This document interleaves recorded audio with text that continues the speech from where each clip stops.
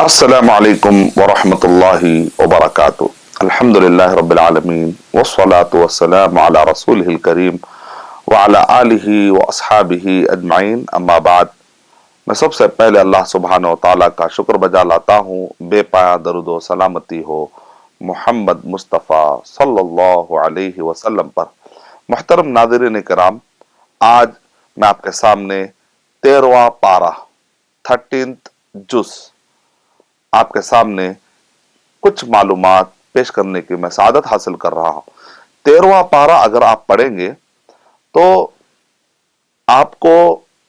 آیت نمبر 53 سورہ یوسف کے آیت نمبر 53 سے 111 تک کچھ آیتیں ملیں گی، اور اسی طریقے سے اس کے بعد سورہ رعد آتا ہے۔ سورہ رعد سورہ نمبر 13 ہے، آیت نمبر 42 یعنی کہ 42 آیت والی سورت ہے، اور اس کے بعد سورہ ابراہیم، سورہ رات کے بعد سورہ ابراہیم سورہ نمبر 14 ہے، جو آیت نمبر لگ بھگ 52 آیتیں اس کے اندر پائی جاتی ہیں۔ گویا کہ 3 سورتوں کے کچھ حصے آپ کو ملیں گے، ایک سورہ یوسف کا کچھ حصہ، سورہ رات کا ایک مکمل حصہ، اور سورہ ابراہیم کا ایک مکمل حصہ، اور پھر ایک آیت آپ کو ملے گی سورہ ہجر کی۔ اس طریقے سے 13واں پارہ مکمل ہوتا ہے۔ 13واں پارہ آپ نے پڑھا ہے آج، اور قریب میں آپ نے پڑھا ہے، تو آئیے اس کے اندر کیا خلاصہ ہے سمجھنے کی ہم کوشش کرتے ہیں۔ جو سورہ یوسف کی آیت نمبر 53 سے 111 111 اس کے اندر یوسف علیہ السلام کی زندگی کا بڑا اہم سبق ہمیں ملتا ہے، اور جو پارہ شروع ہوتا ہے وَمَا أُبَرِّئُ نَفْسِي، یعنی کہ میں اپنے نفس، یوسف علیہ السلام اپنے نفس کے بارے میں کہہ رہے ہیں کہ اللہ کی مدد جب تک نہیں آتی ایک آدمی اپنا تزکیہ نہیں کر سکتا، اپنے اچھے اخلاق نہیں بنا سکتا۔ ہم کو دعا سکھائے گئی وَزَكِّهَا وَأَنْتَ خَيْرُ مَنْ زَكَّاهَا، اے اللہ تو ہمارے نفس کو پاک کر دے، کیونکہ تجھ سے بہتر کوئی پاک کرنے والا نہیں ہے۔ تو ایک آدمی کو یہ اترانا نہیں چاہیے کہ میں تقوی والا ہوں، ایک آدمی کو یہ غرور اور گھمنڈ میں نہیں آنا چاہیے کہ میں تقوی والا ہوں، کیونکہ اللہ سبحانہ و تعالی ہے جو نفس کا تزکیہ اور اس کا تقوی اور اسی طریقے سے اس کی پاکی کا اللہ سبحانہ و تعالی انتظام کرتے ہیں۔ یوسف علیہ السلام کی زندگی میں نوجوانوں کے لیے بہت بڑا سبق۔ ایک یوسف علیہ السلام بھی نوجوان ہے، ایک انسان ہے، اور اس کے بعد ان کو ورغلانے والی، ان کو برائیوں کی طرف لے جانے والی ایک عورت پوری طریقے سے کوشش کرتی ہے کہ ان کو بھٹکا دے، لیکن یوسف علیہ السلام کیسا ان کا ایمان، کیسا ان کا تقوی ہے کہ وہ ٹس سے مس نہیں ہوتے ہیں، اور اتنی بڑی آزمائش میں سے الحمدللہ کامیاب ہو کر نکل جاتے ہیں۔ تو نوجوانوں کے لیے بڑا سبق یہ ہے کہ اپنے نفس پر کنٹرول کریں، برائیوں کے قریب نہ جائیں، اور اتنی اچھی تربیت کر لیں۔ اور یہ کب ہوتا ہے؟ توحید، رسالت، آخرت۔ اللہ ہمیں دیکھ رہا ہے، اسی کے ہم کو عبادت کرنی ہے، اور آخرت میں جو کچھ بھی ہم گناہ کریں گے اس کا پھر بدلہ ملے گا، اور اچھائی کریں گے تو اس کا بدلہ ملے گا۔ آخرت کا تصور اگر زندہ ہو، اگر اللہ تعالی ہمیں دیکھ رہے ہیں، یہ مراقبہ شرعیہ ہو، اور محمد صلی اللہ علیہ وسلم کی زندگی ہمارے لیے ہدایت کے لیے کافی ہے، اگر یہ تصور ہو توحید، رسالت، آخرت، اگر اس بنیاد پر تربیت ہو تو آدمی کے لیے دین پر چلنا آسان ہو جاتا ہے۔ یوسف علیہ السلام کی زندگی کا مختصر خاکہ آپ یہ دیکھیں گے کہ والد صاحب کے گھر میں تھے، بڑے عزت میں تھے، پھر اس کے بعد ڈاؤن فال آیا، کنویں میں پھینک دیا گیا، ان کو حسد کی وجہ سے کنویں میں لے جا کر ڈال دیا گیا۔ پھر اس کے بعد عزیز مصر ایک بادشاہ تھا، ان کے ہاتھ کو لگتے ہیں، بعد میں جا کر تو وہ ایک بڑے دربار میں، بڑے شاہی انداز میں ان کا براٹ اپ ہوتا ہے۔ پھر اس کے بعد ایک خاتون کے حسد کی وجہ سے، جلن کی وجہ سے، یا تہمت ڈال دینے کی وجہ سے آخر میں پھر ان کو جیل میں ڈال دیا جاتا ہے۔ پھر اس کے بعد اللہ تعالیٰ نے ان کو چونکہ خواب کی تعبیر کی طاقت دی تھی، وہ خواب کی تعبیر کچھ لوگ سنتے ہیں، اور خود بادشاہ کو بھی ایک وقت پر خواب کی تعبیر لینے کی ضرورت پڑ گئی، یہاں تک کہ یوسف علیہ السلام سے متاثر ہوتے یوسف علیہ السلام نے ایسا حل بتایا کہ دیکھو 7 ایسے سال آنے والے ہیں جس میں قحط ہی قحط، ڈراٹ ہی ڈراٹ ہونے والا ہے، پھر اس کے بعد 7 ایسے سال آئیں گے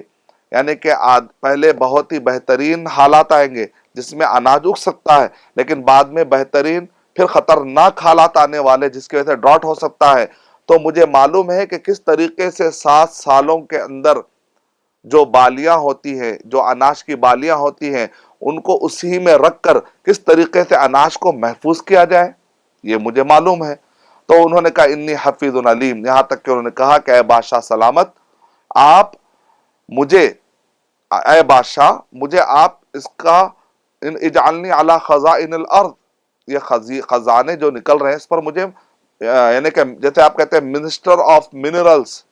کا مجھے جو ہے منسٹر بنا دیجئے، میں ان سب چیزوں کو اچھی طریقے سے سنبھال لوں گا، مجھے معلوم ہے کہ کس طریقے سے اگانا اور کس طریقے سے حفاظت کرنا ہے، اس کا مجھے اللہ تعالیٰ نے علم دیا ہے۔ تو بہرحال اس طریقے سے اللہ تعالیٰ نے ان کو گدی عطا کی۔ تو اس طریقے سے انسان کے زندگی میں ڈاؤن فال آتے رہتے ہیں، کبھی حالات اچھے ہوتے ہیں، کبھی حالات برے ہوتے ہیں۔ تو یوسف علیہ السلام کی زندگی پڑھنے سے ایک آدمی کو ہمت ملتی ہے کہ جب وہ آدمی اللہ پر توکل کرتا ہے تو ہر مصیبت سے باہر نکل سکتا ہے، اور ایک بڑے عہدے کو پانا ہے تو یہ بعض اوقات کنویں سے گزرنا تجربہ ہو جاتا ہے، مصیبتوں میں جانا تجربہ ہو جاتا ہے۔ ہر جیل میں جانے والا آدمی واقع ظالم ہونا کوئی ضروری نہیں ہے، مجرم ہونا کوئی ضروری نہیں ہے، بعض اوقات تہمت کی وجہ سے، بعض اوقات سامنے والے کی طاقت کی وجہ سے بھی ایک آدمی جیل میں چلا جاتا ہے۔ تو ایسے وقت پر ایک جملہ مشہور ہے، لوگ کہتے ہیں کہ بد ہونا اچھا ہے لیکن بدنام نہیں ہونا چاہیے، لیکن یہ بات غلط ہے۔ یوسف علیہ السلام کو معلوم تھا کہ عورت دھمکی دے رہی ہے اور کہا کہ اگر یہ میری بات نہیں سنے گا تو میں اس کو جیل میں ڈلوا دوں گی۔ تو انہوں نے وہ بدنام ہونا انہوں نے پسند کیا، لیکن اللہ کی نافرمانی کو انہوں نے پسند نہیں کیا۔ تو ہمارے نوجوانوں کو چاہیے، اور ہمارے بر صغیر کے اندر جو جملے مشہور ہیں کہ بد ایک آدمی جو ہے ہو جائے لیکن بدنام نہ ہو، کیونکہ لوگ سمجھتے ہیں بدنامی سے ڈرتے ہیں، لیکن اندر اندر بد کے کام کرتے ہیں، بدی کام کرتے ہیں، برے کام کرتے ہیں۔ تو یہ غلط نظریہ ہے، غلط سوچ ہے۔ سورہ یونس سورہ نمبر 10، سورہ ہود سورہ نمبر 11 اور سورہ یوسف سورہ نمبر 12 ہے۔ یہ صورتیں اس وقت پر نازل ہوئی جس کو کہتے ہیں اواخر مکہ، یعنی نبی اکرم صلی اللہ علیہ وسلم مکے کی زندگی میں اس دور میں تھے جہاں پر نبی اکرم صلی اللہ علیہ وسلم پر اٹیک بڑھتے جا رہے تھے، یہ اس وقت کی صورتیں۔ تو یہاں پر نبی اکرم صلی اللہ علیہ وسلم کو تسلی دینے کے لیے سورہ یونس، سورہ ہود علیہ السلام، سورہ ہود کے اندر بھی بہت نبیوں کے واقعات ہیں، سورہ یونس کے اندر بھی بہت سارے نبیوں کے واقعات ہیں، سورہ یوسف تو ایسا لگتا ہے کہ نبی اکرم صلی اللہ علیہ وسلم کی زندگی سے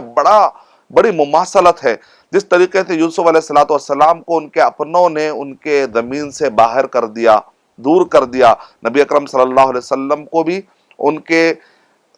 وہ کفار قریش، خود قبیلے والوں نے نبی اکرم صلی اللہ علیہ وسلم کو اتنی تکلیفیں دی، یہاں تک کہ نبی اکرم صلی اللہ علیہ وسلم کو اللہ کے حکم سے ہجرت کرنا پڑا۔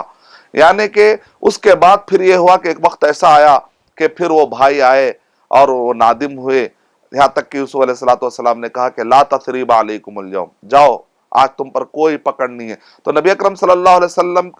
کے ساتھ بھی ایسا ہی ہوا کہ فتح مکہ کے موقع پر قریش نے دیکھا کہ نبی اکرم صلی اللہ علیہ وسلم کی طاقت کے سامنے، اب ان کے فوج کے سامنے کچھ نہیں کر سکتے، وہ نادم ہوئے تھے۔ نبی اکرم صلی اللہ علیہ وسلم نے ان سے کہا کہ جاؤ جاؤ، میں نے بھی تم کو معاف کر دیا، میں نے بھی تم کو معاف کر دیا۔ بڑی مماثلت ہے۔ تو گویا کہ نبی اکرم صلی اللہ علیہ وسلم کی زندگی میں یہ صورت نازل ہونا ایک تو تسلی تھی، ساتھ ساتھ میں کفار قریش کو دھمکی بھی تھی، دیکھو تم آج مکے میں ستا رہے ہو لیکن ایک وقت آنے والا ہے محمد صلی اللہ علیہ وسلم ویسے ہی غالب ہو جائیں گے جیسا کہ یوسف علیہ السلام غالب ہوئے۔ لیکن جن لوگ جو عقل مند تھے وہ اشارہ لیے، وہ آیتوں کو، نشانیوں کو سمجھتے ہیں، جو عقل مند نہیں ہوتے ہیں وہ نشانیوں سے سبق نہیں لیتے۔ اور سورہ یوسف میں آخری میں آیت نمبر 108 میں نبیوں سے کیا ہم کو سبق لینا ہے وہ بتایا گیا۔ بسم اللہ الرحمن الرحیم، قل هذه سبيلي أدعو إلى الله على بصيرة أنا ومن اتبعني سبحان الله عما يشركون۔ کہ نبی اکرم صلی اللہ علیہ وسلم کہہ رہے ہیں کہ میرا سیدھا راستہ ہے، میں اور میرے متبعین اس سیدھے راستے پر جا رہے ہیں،